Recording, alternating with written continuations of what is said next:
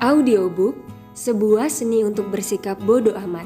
Pendekatan yang waras demi menjalani hidup yang baik. Mark Manson. Bab 2, bagian 2. Rentetan kesialan si panda nyinyir. Jika saya dapat menciptakan satu pahlawan super, saya akan menciptakan pahlawan yang disebut panda nyinyir. Dia akan memakai sebuah topeng mata murahan dan kaos dengan huruf kapital T di atasnya, yang terlalu kecil untuk perut pandanya yang besar, dan kekuatan supernya adalah mengatakan kepada orang-orang kebenaran yang menyakitkan dan tergolong pedas tentang diri mereka sendiri yang perlu mereka dengar namun tidak ingin mereka terima. Ia akan pergi dari pintu ke pintu seperti salesman kitab suci dan membunyikan bel pintu lalu mengatakan hal-hal seperti, tentu menghasilkan banyak uang membuat Anda merasa senang, namun itu tidak akan otomatis membuat anak-anak Anda mencintai Anda. Atau, jika Anda ditanya apakah Anda mempercayai istri Anda, mungkin hati kecil Anda menjawab tidak. Atau, apa yang Anda anggap sebagai pertemanan sesungguhnya adalah upaya Anda secara konstan untuk membuat orang lain terkesan. Lalu, ia akan berkata kepada tuan rumah, semoga harinya menyenangkan dan melenggang ke rumah berikutnya. Ini akan terdengar luar biasa dan gila dan menyedihkan sih, tapi jelas memotivasi dan penting. Lagi pula kebenaran yang paling agung dalam kehidupan biasanya kebenaran yang paling tidak enak didengar. Panda nyinyir akan menjadi pahlawan yang tidak diinginkan seorang pun namun diperlukan siapapun. Ia akan menjadi sayuran untuk melawan makanan sampah yang dikonsumsi mental kita. Dia akan membuat hidup kita lebih baik meskipun membuat kita merasa lebih buruk. Dia akan membuat kita lebih kuat dengan membuat kita menangis. Mencerahkan masa depan kita dengan menunjukkan pada kita seperti apa itu kegagalan. Mendengarnya akan seperti menonton sebuah film di mana sang pahlawan mati di akhir cerita. Anda akan semakin menyukainya meskipun membuat Anda merasa tidak karuan, karena itu nyata. Jadi, selagi Anda masih di sini, perkenankan saya memakai topeng panda dan menyampaikan kebenaran yang tidak menyenangkan lainnya untuk Anda. Alasan sederhana mengapa kita mengalami penderitaan adalah bahwa secara biologis, penderitaan bermanfaat. Ini adalah agen alami yang diperlukan untuk perubahan yang menginspirasi. Kita telah berevolusi untuk selalu hidup dengan derajat ketidakpuasan dan kegelisahan tertentu. Karena hanya makhluk yang kurang puas dan tak terlalu amanlah yang mampu berinovasi dan bertahan hidup. Kita merasa tidak puas dengan apapun yang kita miliki dan merasa puas hanya dengan sesuatu yang tidak kita miliki. Ketidakpuasan konstan ini telah membuat spesies kita terus berjuang dan berjuang, membangun dan menaklukkan. Jadi jelas, keliru rasa sakit dan penderitaan kita bukanlah hama bagi evolusi manusia. Itu adalah suatu keistimewaan. Rasa sakit dalam segala bentuk merupakan alat yang paling efektif dari tubuh kita untuk mendorong suatu aksi.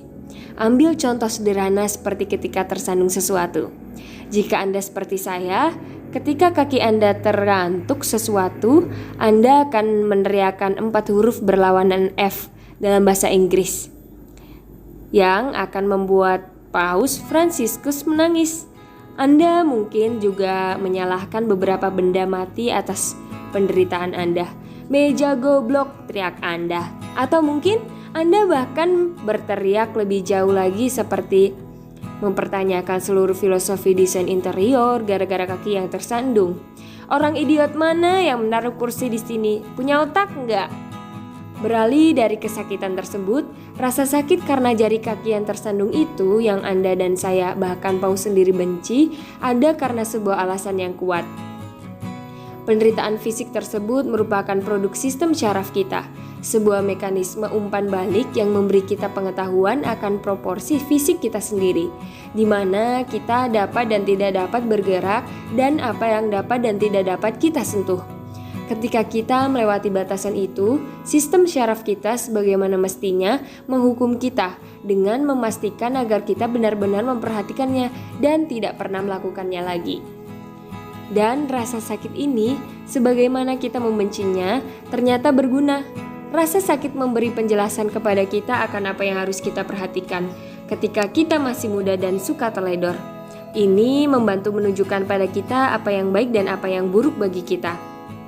Ini membantu kita memahami dan menaati batasan kita masing-masing. Ini mendidik kita agar kita tidak main-main di sekitar kompor atau menempelkan benda logam ke colokan listrik. Itulah alasannya bahwa menghindari rasa sakit dan mengejar kenikmatan tidak selalu berguna, karena rasa sakit dapat sewaktu-waktu menentukan hidup mati kita. Tetapi, rasa sakit tidak semata-mata secara fisik. Seseorang yang telah menonton prequel Star Wars pertama akan berkata kepada Anda kalau kita, manusia, mampu mengalami rasa sakit psikologis yang akut juga. Faktanya, penelitian telah menemukan bahwa otak kita tidak mencatat banyak perbedaan antara rasa sakit fisik dan psikis.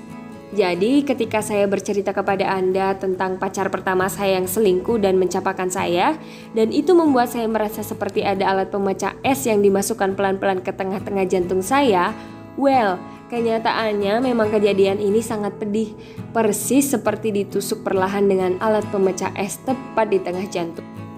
Sama halnya dengan rasa sakit fisik, rasa sakit psikologis merupakan indikasi adanya sesuatu yang keluar dari keadaan wajar.